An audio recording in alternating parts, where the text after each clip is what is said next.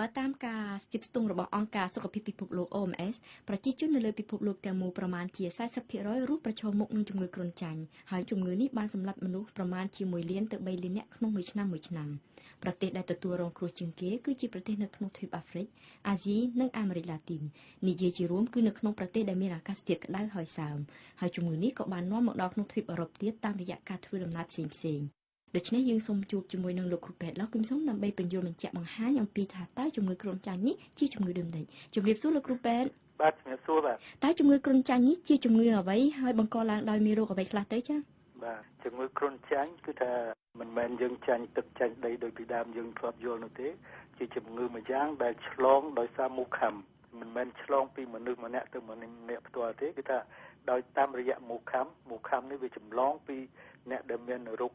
គ្រុនចាញ់ហ្នឹងទៅលើមនុស្សម្នាក់ទៀតបាទហើយមូសនោះទៀតសោតគឺថាមូសវាមាន3យ៉ាង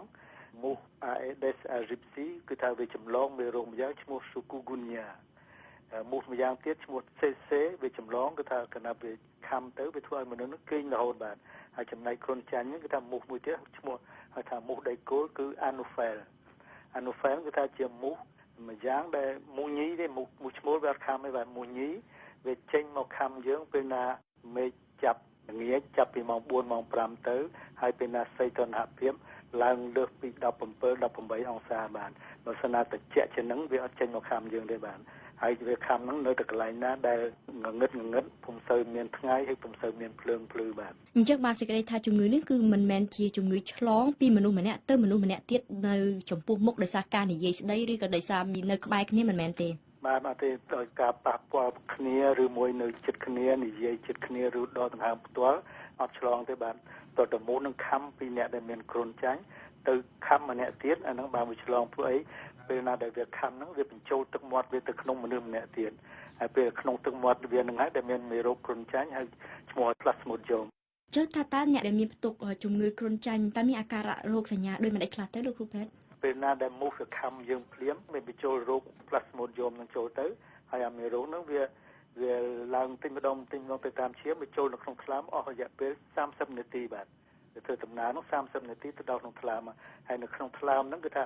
វាខំបកកូនបកចៅវាពេញទៅនឹងក្នុងរយៈពេល1ទៅ2អាទិត្យបាទដូច្នេះហើយមុននឹងចេញជាសញ្ញារោគគឺថាបន្ទាប់ពីពេលដែលមូសខំយើងទៅគឺថាក្នុងរយៈពេល1អាទិត្យទៅ2អាទិត្យទើបបានមានចេញជាសញ្ញារោគបាទតែសញ្ញារោគនោះមានដូចម្តេចខ្លះទៅបាទសញ្ញារោគហ្នឹងខ្ញុំចែកជា3ពេលទី1គេហៅថាពេលយកដឹងពីបាជុងហ្នឹងគឺថាក្នុងរយៈពេល2អាទិត្យទៅ3អាទិត្យបន្ទាប់ពីមូសខាំនោះយើងចេញជាសញ្ញារោគហើយសញ្ញារោគទី1គឺថាគេហៅថា primo d'invasion គឺចាប់មានល្ងាស្រាវស្រាញតិចម្ដងខ្លាំងតិចម្ដងរហូតដល់ល្ងាញាក់ហើយបន្តមកទៀតអ្នកជំងឺហ្នឹងគឺ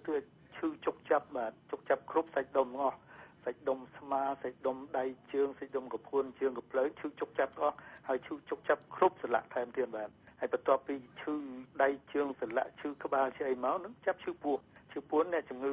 បាត់ឃ្លានបាយចាប់ចង្អោរចាប់ក្អួតហើយចាប់រាគតែម្ដងហើយពេលហ្នឹងហើយបើយើងថាយើងអត់បានព្យាបាលទាន់ពេលវេលាទេឬមួយក៏ព្យាបាលដែរដោយខ្វះមធ្យោបាយឬក៏ខ្វះថ្នាំ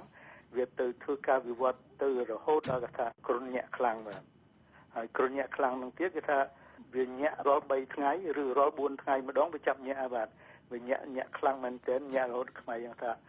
ដុំធ្គាមទៅដល់ភួយ10ជាន់ក៏អត់បានល្ងាដែរបាទដូច្នេះបើសិនជាយើងទុកបណ្ដោយមិនព្យាបាលទាន់ពេលវេលាតើនឹងធ្វើឲ្យអ្នកជំងឺស្លាប់បានមែនទេបាទប្រកបហ្នឹងគឺថាពេលដែលវាคล้ายទៅជាជំងឺញាក់ធ្ងន់ហ្នឹងអ្នកជំងឺហ្នឹងញាក់ចំនួនរយៈពេលប្រហែលជា2ម៉ោងទៅតែដុំធ្គាមញាក់អ្នកខ្លះចាប់សង្កត់2 3 4នាក់ក៏ស្គាល់មិនជាន់ទេបាទញាក់ទៅត្រឹកហ្នឹងបាទហើយកម្ដៅក្តៅហ្នឹងឡើងរហូតដល់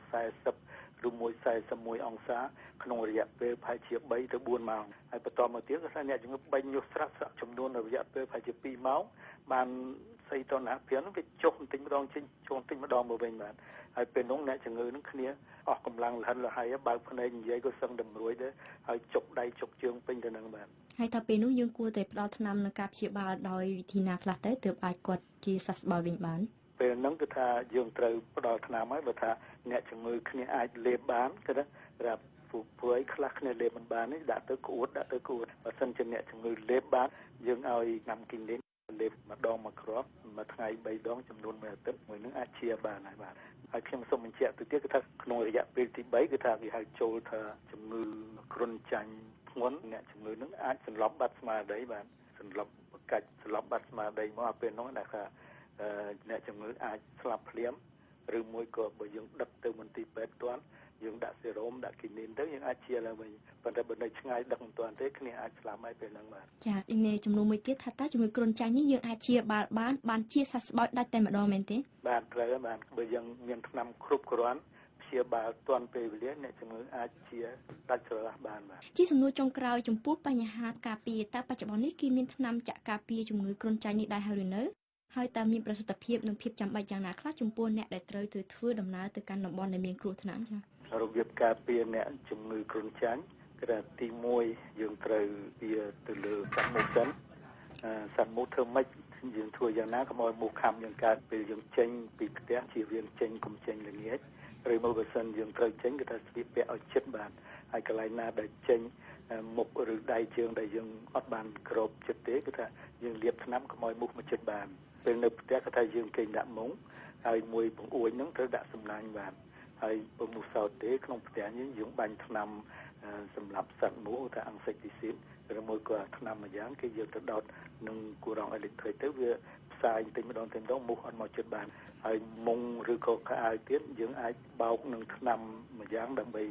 កុំឲ្យមូសមកជិតបានបាទហើយដល់យើងពាក់ទៅឬមួយក៏មុងស្អីហ្នឹងមូសវាអត់ហ៊ានមកជិតទេបាទអាហ្នឹងរបៀបការពារដើម្បីកុំឲ្យមូសមកខាំយើងកើតហើយចំណែកថ្នាំវិញគឺថាទី1ថ្នាំវ៉ាក់សាំងសប្តាហ៍ថ្ងៃគេពងតរងមិនទាន់ចេញជាកើតទេព្រោះកំពុងក្នុងស្ថិតនៅក្នុងសភាពពិសោធន៍ថ្ងៃក្រោយពេលណាវ៉ាក់សាំងនឹងចេញបានយើងអាចចាក់គ្រប់គ្នាបានពេលណាយើងទៅលេងនៅស្រុកណាដែលមានសភាពក្តៅហើយមានមូសខាំបានទី2គឺថាចំណែកថ្នាំការពារកុំឲ្យមកកើតគ្រុនចាញ់នេះពេលមុនយើងធ្វើដំណើរទៅស្រុកដែលមានគ្រុនចាញ់យើងត្រូវលេបថ្នាំមួយគ្រាប់យើងលេបឡារីយ៉ាំក៏បានមួយទឹកមុនចេញដំណើរយើងលេបមួយគ្រាប់ទៅដល់កន្លែងដែលមានគ្រុនចាញ់នឹងហើយមកយើងទៅបបបៃលិនទៅដល់ស្រុកបបបៃលិនហើយយើងលេបមួយទឹកមួយគ្រាប់បើយើងនៅខែយើងលេប4គ្រាប់ទៅហើយដល់យើងត្រឡប់មកវិញយើងលេបមួយទឹកមួយគ្រាប់ទៀតចំនួនមួយខែតទៅទៀតបាទចាអរគុណច្រើនលោកគ្រូពេទ្យសូមបញ្ជាក់ថាលោកគ្រូពេទ្យឡោះគុំសុងជាវិជ្ជបណ្ឌិតឯកទេសសាធារណសុខាភិបាលអនាម័យនិងជំងឺនៃប្រទេសក្តៅ